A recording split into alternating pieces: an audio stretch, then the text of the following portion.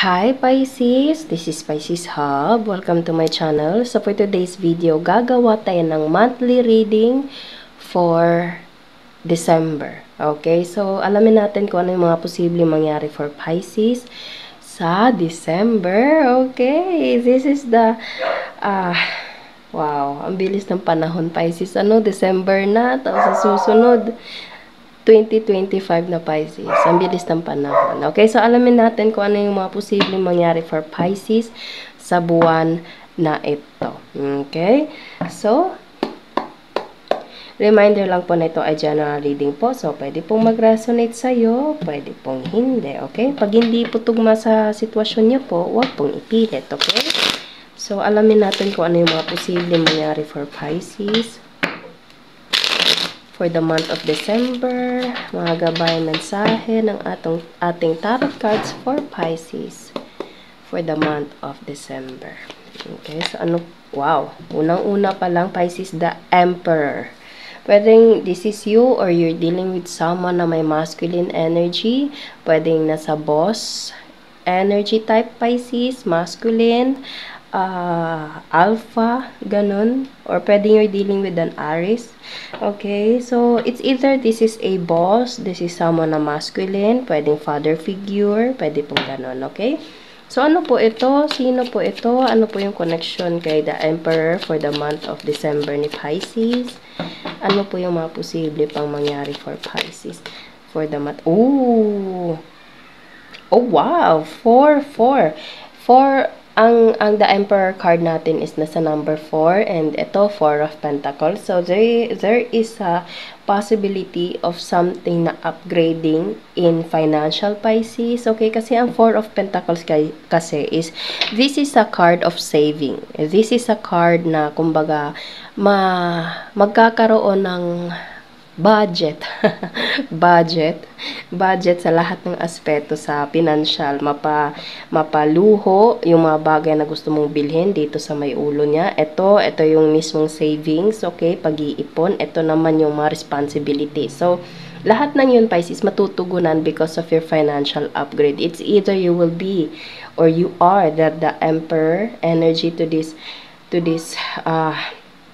reading for the month of December. Feeling ko naririnig ko yung word na recognition. Pwedeng sa buwan na ito, Pisces, mare-recognize ka sa trabaho mo, may financial upgrade, may promotion, pwede pong ganon, okay? Kung you're dealing with someone, pwedeng this person is magaling humawak ng pera, pwedeng ito ay someone na you're dealing with, okay? Na alam mo yun, magaling siyang humawak ng pera or maayos mag-organize, para pong ganon, okay? So, merong malaking potential dito is financial Pisces. Okay, so ano pa po yung mga posibleng mangyari po for Pisces for the month of December? There's a 4-4 na number natin dito. Okay, so ano po yung mga posibleng mangyari po for Pisces sa buwan na ito? Nag-flip siya pero biglang nag-ano. So, ano pa po? Gamitin natin itong isa pa nating tarot card Pisces. Alamin natin kung ano pa yung mga iba pang mga posibleng mangyari for the month of December.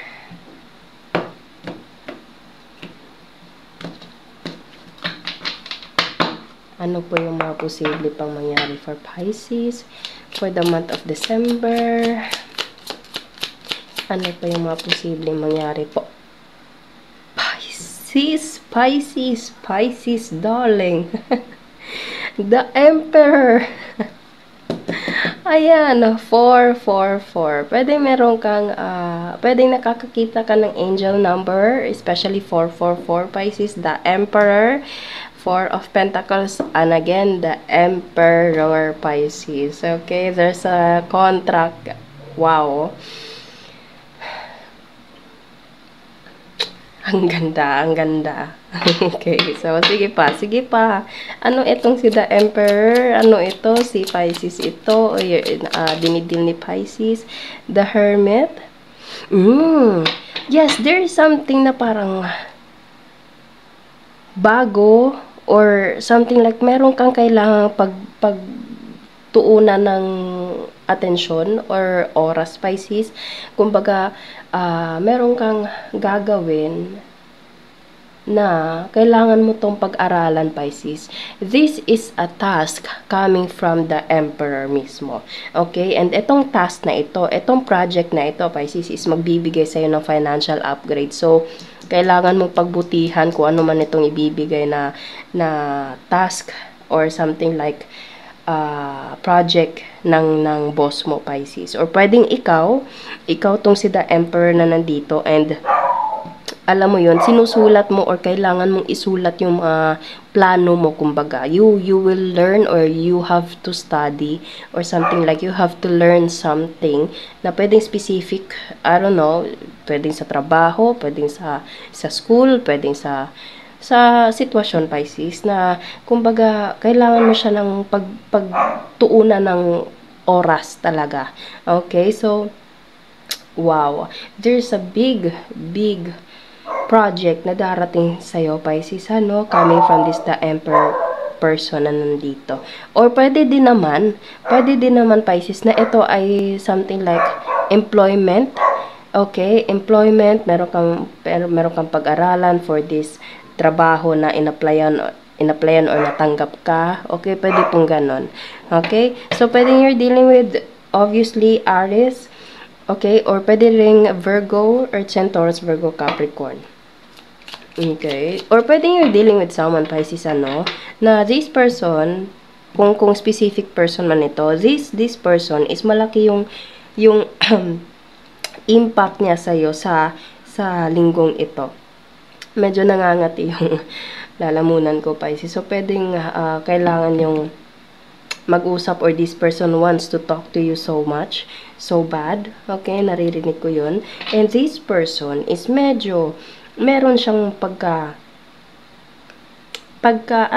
parang organize. Okay, kumbaga, kung ano yung gusto niya, kung ano yung mga bagay na pinagtuunan niya ng pansin, gagawin niya talaga, Pisces. This person is a dedicated person, magaling siya mag-organize, magaling siya magplano, may mga, kumbaga, intellectual, okay, matalino, and something like, pwedeng ito ay someone na madala siya lang mag-isa, pwedeng workaholic, pwedeng nagtatabaho, pwedeng nag-aaral, kasi marami tayo ditong books, okay? So, you're dealing with someone at the Emperor, okay? Or pwedeng ikaw si the Emperor, Pisces, or you're dealing with someone at the Emperor na magbibigay sa'yo, as I said kanina, ng trabaho, project, or task, okay?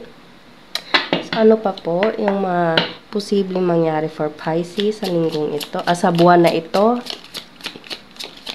Ano pa yung mga posibleng mangyari po for Pisces for the month of December? Mga gabay. Wow, the world. Pwedeng ito ay from other country, Pisces. Kasi para siyang para siyang compass, okay? Or para siyang, alam mo yun, magnifying glass na tinitingnan kung saan banda kayo pupunta. Or this person you're dealing with na nakatira sa ibang bansa, or ikaw kailangan kang pumunta doon, okay? Basta merong ganon. This person wants to talk to you so much kasi nangangati talaga yung lalamunan ko habang nagre-reading ako ngayon, biglaan, Pisces, okay? So, meron siyang plano, feeling ko, meron siyang plano. If you're dealing with a person, Pisces, meron siyang plano na medyo hindi niya pa sinasabi sa'yo kasi inaayos niya pa, ginagawa niya ng mga listahan, pwede pong ganon, okay? And meron siyang mga plano dito. And when the time comes, kumbaga sa tamang panahon, sasabihin na niya sa'yo yung plano niya, okay? So, pwedeng ito ay specific person na magaling mag-organize, magaling sa plano, magaling sa lahat ng bagay, Pisces, okay? Or, kung trabaho man to, as I said kanina, financial, pwedeng ito ay posible na sa ibang bansa, sa ibang state, sa ibang lugar, sa ibang syudad, pwede pong ganon, okay? Na kailangan mong kumbaga pag-aralan. Okay? So, ano pa? Kuha tayo nito. Ano pa po yung mga posibleng mangyari for Pisces sa buwan na ito, for the month of December? Ano pa po yung mga Six of Pentacles, financial upgrade, pwede ka makapagbigay pa. Nakikita nyo yan, Pisces, puro tayo dito Pentacle. Okay, so sa buwan na ito, sobra yung nag-uumapaw yung financial upgrade dito, Pisces. Puro pera. Okay? And pwedeng tayo merong connection sa ibang bansa, sa ibang lugar. Okay? And King of Pentacles. Wow. So, you're dealing with someone or ikaw, Pisces, is there's a big, massive financial upgrade for this month. Okay. Pwedeng ikaw to mismo sa The Emperor, si King of Pentacles. King of Pentacles, Pisces. King of Money. Okay, so nakikita niyo yan na puro tayo dito masculine. So, pwedeng ikaw ay masculine or you're dealing with someone na masculine. Wala po tayong gender specific po, okay? Pero, sa sobrang ganda, sa sobrang laking financial upgrade sa buwan na ito, Pisces, pwede pang meron connection sa ibang bansa. Ito ay makakapagbigay ka pa sa mga gusto mong pagbigyan, Pisces. Okay, so ang ganda. Wow, okay, so pwedeng there's two possibilities dito. You're dealing with someone, a specific person na yung sinabi ko kanina. Okay, yung mga plano niya, na magaling siya sa pera. Pwedeng maayos yung financial status niya, Pisces. Okay, and meron siyang plano towards you or with you. Okay, or you're dealing with someone na boss mo, na meron siyang ibibigay na trabaho, project na posibleng nanggaling sa ibang lugar. Okay, and malaki yung financial upgrade, financial help na darating sa iyo coming from this King of Pentacles, or pwedeng ikaw ay magiging si King of Pentacles, Pisces. Okay? So, puro tayo dito pera. Okay? So, ano pa? Ano pa po yung mga posible pang mangyari for Pisces for this month? The Fool and Page of Pentacles. Pentacles, Pisces, and the Fool. Nakikita niyo yan, no? Ano siya, meron na siyang hawak dito ng mga para ba itong passport, card, okay, tapos aalis siya, may dala siyang susi, okay, kumbaga lalabas, okay, lalabas sa bahay, and pwedeng yung paglabas ng bahay na ito is papunta ka sa ibang state, sa ibang lugar, sa ibang bansa, sa ibang syudad, Pisces, okay, coming from this person or together with this, the Emperor card right here, and there is a Page of Pentacles. There's something na matatanggap mo. Basta sa reading natin ngayon dito, Pisces, puro tayo dito pentacle po. Okay, so ang ganda. Sa reading natin ngayon, puro pera. Okay, so congratulations, Pisces, sa last month of 2024. Sobrang ganda ng reading natin ngayon, lalo na sa financial. Okay, bottom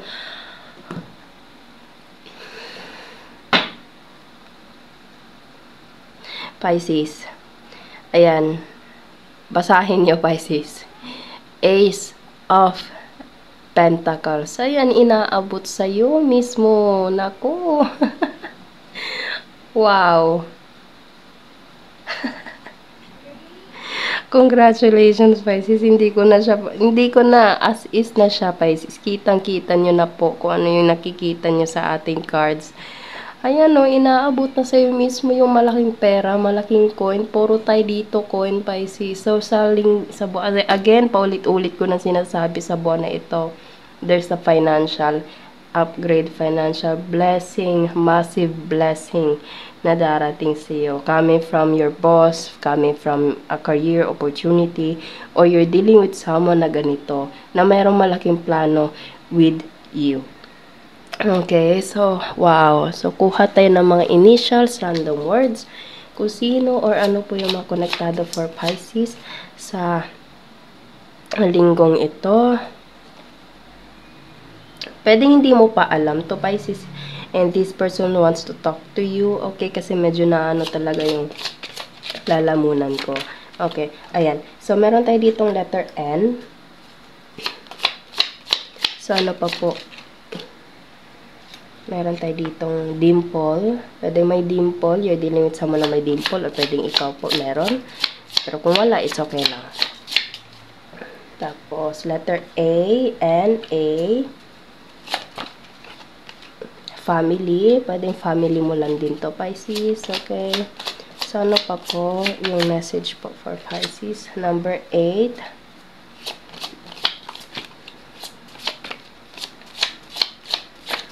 May message pa po ba? Ano pa yung mga konektado for Pisces for the month of December. Ayan. And moonlight. Pwedeng ito ay matatanggap mo. Pwedeng sa gabi. Okay? Or pwedeng basta merong moonlight. Okay? So, yun po ang ating reading for Pisces for the month of December. Naway nagustuhan nyo po.